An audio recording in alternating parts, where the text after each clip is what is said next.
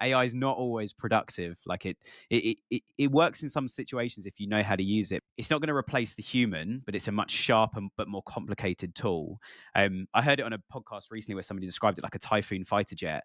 If the computers, or there's several computers on it, because if one crashed and it was doing everything, the plane would, I think they said it's aerodynamically unstable as an aircraft, because there's so many little fins, wings, and other stuff going on across the jet that the computers have to keep all of that, because humans don't have enough limbs or cannot compute with their brains fast enough to keep all of them in the right thing, just to keep the thing flying flat. Like, and that's why they're so Crazy. nimble and crazy, is you can do one thing and it moves so quick. And I think AI is very similar. You've got to use it for that.